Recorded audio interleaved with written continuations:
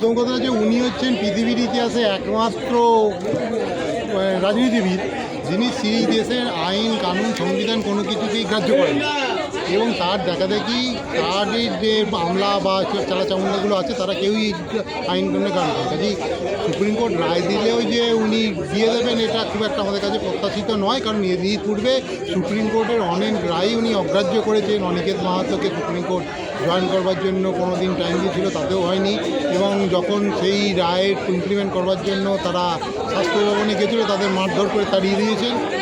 এরপরে যখন tainted candidate 16 যে টেন্টেড ক্যান্ডিডেট ছিল তাদেরকে যে টাকা ফেরত দেওয়ার কথা সুপ্রিম কোর্ট রায় দিয়েছিল সেটাও উনি ইমপ্লিমেন্ট করেননি।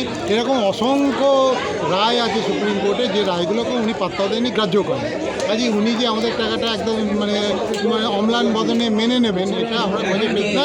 তার জন্য আমরা প্রস্তুত আছি এবং আমরা খুব শীঘ্রই কয়েকদিন দেখার পরেই আমরা এই আন্দোলনের প্রোগ্রাম আমরা ঘোষণা করব এবং আমরা কথা দিচ্ছি যে আমরা দরকার হলে পরে সরকারকে অচল করে দেওয়ার মতন জায়গাতে আমরা নিয়ে যাব যদি না আপনি আমাদের রায়টা মানেন। সামনে নির্বাচন আছে, দরকার হলে পরে আমরা নির্বাচনের সময় ধর্মঘট করে নির্বাচন প্রক্রিয়াটাকে যাতে বানচাল করা যায় সেটুকুও চেষ্টা করব।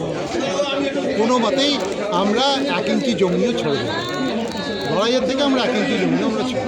মাননীয় একসময় বলেছিলেন যে এটা মৌলিক অধিকার নয়, মৌলিক অধিকার নয়। মৌলিক অধিকার তো এখনও সুপ্রিম কোর্ট বলেনি, সুপ্রিম কোর্ট বলেছে যে it is a legally enforceable right. তা লিগালি এনফোর্সেবল রাইট যদি হয় সেটাও তো দিতে হয়। লিগাল যখন ব্যাপারটা হয় তাহলে লিগাল আইনটাকে তো মানতে হয়, এবং লিগালি এনফোর্সেবল মিনস সেটা হচ্ছে যে তারও তো একটা নির্দিষ্ট পরিমাণের পদ্ধতি থাকে। সেই পদ্ধতি অনুযায়ী সারা ভারতবর্ষে এআইসিপিআই অনুযায়ী দেওয়া হয়।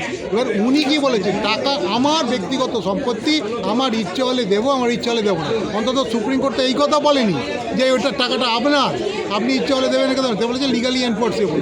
কাজে সেক্ষেত্রে জয়টা আমাদেরই হয়েছে।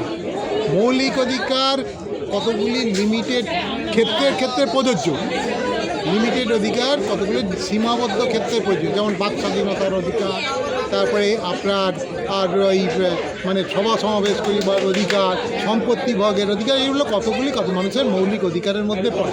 এই যে 5টা মৌলিক অধিকার আছে সেই 5টা অধিকারের মধ্যে না পড়লেও কনস্টিটিউশনে কয়েকশো, অন্তত প্রায় 700-800 কনস্টিটিউশনাল প্রভিশন রয়েছে।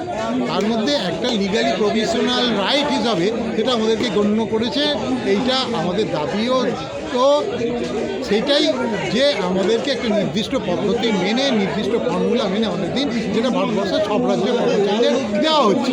কাজে সেইটা আমরা পেলে আমাদের এআইসিপিআই অনুযায়ী দিলেই ফান্ডামেন্টাল কি রাইট কি না রাইট ওর নিয়ে আমাদের মাথা ঘামানোরও দরকার নেই। আপনি এআইসিপিআই অনুযায়ী ডিএটা দিয়ে দিন, ব্যাস, তাহলে ঠিক আছে।